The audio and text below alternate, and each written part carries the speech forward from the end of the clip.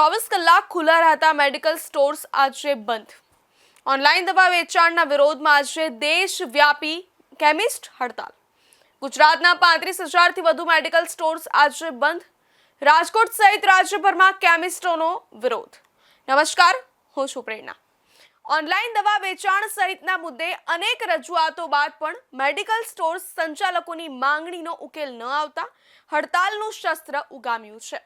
દેશવ્યાપી હડતાલમાં આજે 20 મે ગુજરાતના 35,000થી વધુ મેડિકલ સ્ટોર્સ બંધ પાડી વિરોધ કરી રહ્યા છે।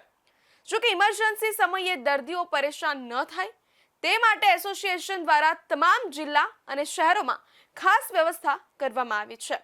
ફૂડ એન્ડ ડ્રગ વિભાગે પણ હડતાલ વચ્ચે રાજ્યમાં ખુલ્લા રહેનારા 832 મેડિકલ સ્ટોર્સનું લિસ્ટ જાહેર કર્યું છે, જ્યાંથી દર્દીઓને હડતાલ સમયે પણ દવા મળી રહેશે। ઓલ ઇન્ડિયાના 12.40 લાખ, ગુજરાતના 35,000 અને અમદાવાદના 3,000 જેટલા કેમિસ્ટો એક દિવસ બંધ રાખી વિરોધ કરી રહ્યા છે। અનેક વખત રજૂઆત કરવા છતાં સરકાર દ્વારા ઓનલાઈન વેપાર કરનાર કેમિસ્ટોને બંધ કરવામાં ન આવતા હવે કેમિસ્ટ એસોસિએશન લડી લેવાના મૂડમાં આવી ગયું છે। રાજકોટ સહિત સમગ્ર દેશમાં આજે કેમિસ્ટ એસોસિએશન દ્વારા હડતાલનું એલાન આપવામાં આવ્યું છે। ઓનલાઈન દવાના વેચાણ, દવાઓ પર આપવામાં આવતા ભારે ડિસ્કાઉન્ટ અને ડુપ્લિકેટ દવાના મુદ્દાઓને લઈને કેમિસ્ટોમાં ભારે રોષ જોવા મળી રહ્યો છે। સૌરાષ્ટ્રમાં અંદાજે 6,000 જેટલા અને રાજકોટ શહેર જિલ્લામાં આશરે 1,400 નાના મોટા મેડિકલ સ્ટોર્સ આજે બંધ રાખવામાં આવ્યા છે। જોકે દર્દીઓને મુશ્કેલી ન પડે તે માટે રાજકોટના અલગ અલગ 15 જેટલા સ્થળોએ દવાનું વેચાણ ચાલુ રાખવામાં આવ્યું હતું। કેમિસ્ટોનો આક્ષેપ છે કે ઓનલાઈન પ્લેટફોર્મ પર સસ્તી કિંમતે દવાઓ મળતા પરંપરાગત મેડિકલ સ્ટોર્સનો વેપાર ગંભીર રીતે પ્રભાવિત થયો છે।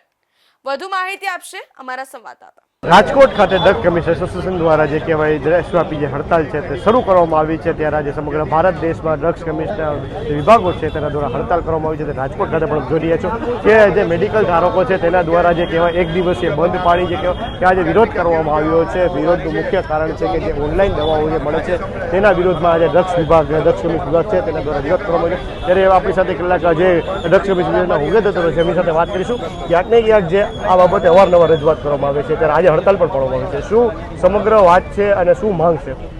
ગેરકાયદેસર ફાર્મસી ઘણા વર્ષોથી દેશમાં ચાલે છે। ઘણા બધા હાઈકોર્ટના ચુકાદા છે, છતાં ગેરકાયદેસર ફાર્મસી નથી થતા। સરકારના 2 GSR છે, 220 અને બીજું એક GSR છે, એની અંદર આ છટકબારી છે, જેની અંદર ઓનલાઈન ફાર્મસી છટકબારીનો લાભ લઈને ચાલે છે અને ડુપ્લિકેટ દવાનો મોટા પાયે બજારમાં ઠલવે છે।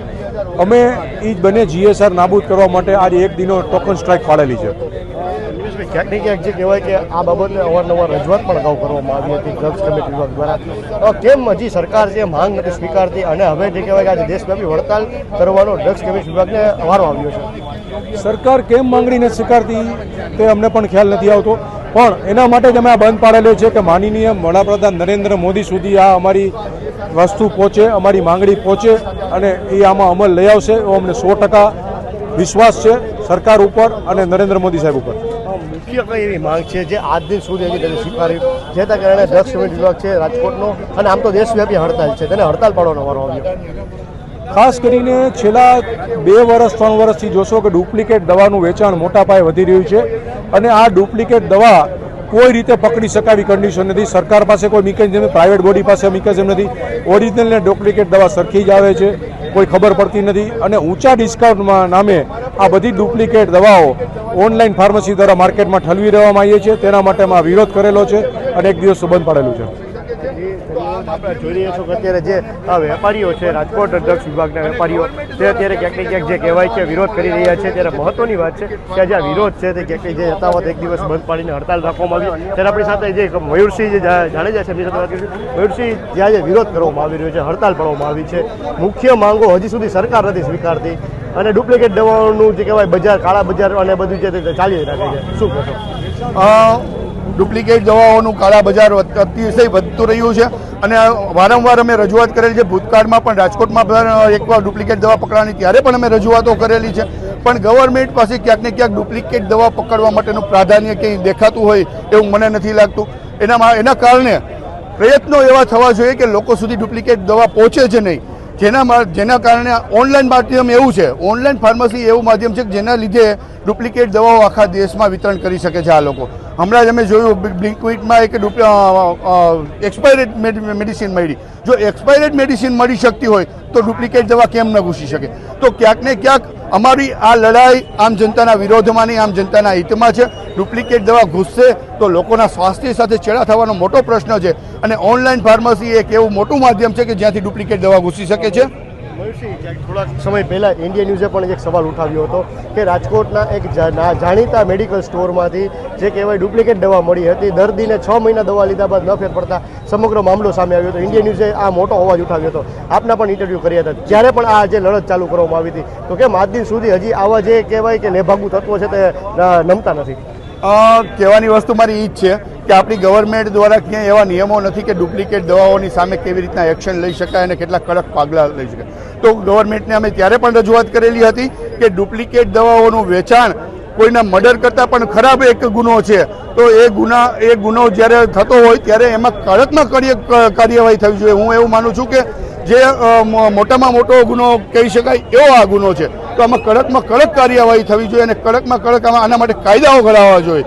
આજે અમે ભૂતકાળમાં પણ જ્યારે દવા પકડેલી હતી, ડુપ્લિકેટ દવા પકડવાની એક મોટા મેડિકલ સ્ટોરમાંથી, ટ્રસ્ટના મેડિકલ સ્ટોરમાંથી, ત્યારે પણ મેં વારંવાર રજૂઆત કરેલી કે સસ્તી દવાઓ વેચવાની લાઈનમાં આ ડુપ્લિકેટ દવાઓ ઘૂસી રહી છે. માત્ર ને માત્ર સસ્તી દવા વેચવી એ જ જરૂરી નથી, લોકો સુધી સાચી દવા વેચવી એ પણ જરૂરી છે. એ દરેકની જવાબદારી પણ છે. અંતિમ સવાલ મયુરસિંહ, કે હવે જે કહેવાય કે આજે જે હડતાલ, દેશવ્યાપી હડતાલ છે આ તો, પણ જો હવે કંઈક ઇમરજન્સી સેવાઓ આવે, કોઈ ઇમરજન્સી સારવાર માટે કોઈ આવે દવા લેવા, તો તેના માટે રાજકોટ મેડિકલ વિભાગ દ્વારા કઈ રીતે તૈયારી કરવામાં આવી છે? રાજકોટના લગભગ દરેક ખૂણે અમે ઇમરજન્સી સેવા માટે એક મલ્ટી સ્પેશિયાલિસ્ટ હોસ્પિટલ તેમજ એક મેડિકલ સ્ટોર ઓપન રાખેલા છે, જેથી કરીને સામાન્ય લોકોને, આમ જનતાને અને દર્દીઓને હાલાકી ન ભોગવવી પડે.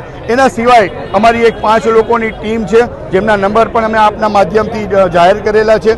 આમ જનતા સુધી અમારા એવા પ્રયત્નો રહ્યા છે કે 20 તારીખે જે બંધ આપવાના હતા એ પહેલેથી જ મેસેજ પહોંચે, જેથી કરીને ઇમરજન્સી મેડિસિન કોઈને લેવાની હોય તો પહેલેથી જ લઈ લે. આમ જનતાને હેરાન થાય એવા અમારા કોઈ ધ્યેય નથી. એના માટેથી અમે બધી વ્યવસ્થા કરેલી જ છે. તો આ હતા રાજકોટ કેમિસ્ટ એસોસિએશનના પ્રમુખ મયુરસિંહ જાડેજા, જેમને સ્પષ્ટ ઇન્ડિયાની સાથે વાતચીત કરતા જણાવ્યું છે કે જે રીતે ક્યાંક ને ક્યાંક જે ડુપ્લિકેટ દવાઓ જે બજારમાં આવી રહી છે, જે ખોટી દવાઓ, સસ્તી દવાઓથી જે કહેવાય લોકોના સ્વાસ્થ્ય સાથે ચેડા થઈ રહ્યા છે, તેના વિરોધમાં જે આજે અત્યારે કામગીરી છે તે વિરોધ છે તે કરવામાં આવ્યો છે. ત્યારે આગામી સમયમાં પણ જે આ વિરોધ છે તે યથાવત રાખવામાં આવશે અને દેશ આજે સરકાર સુધી આ વાત પહોંચાડવામાં આવશે અને આ બાબતે કડકમાં પગલાં લેવામાં આવે તેવી હાલ ત્યારે માંગ કરવામાં આવી છે. કેમેરામેન હાર્દિક ભોણે સાથે પ્રતિક લીંબાણી, ઇન્ડિયા ન્યૂઝ, રાજકોટ.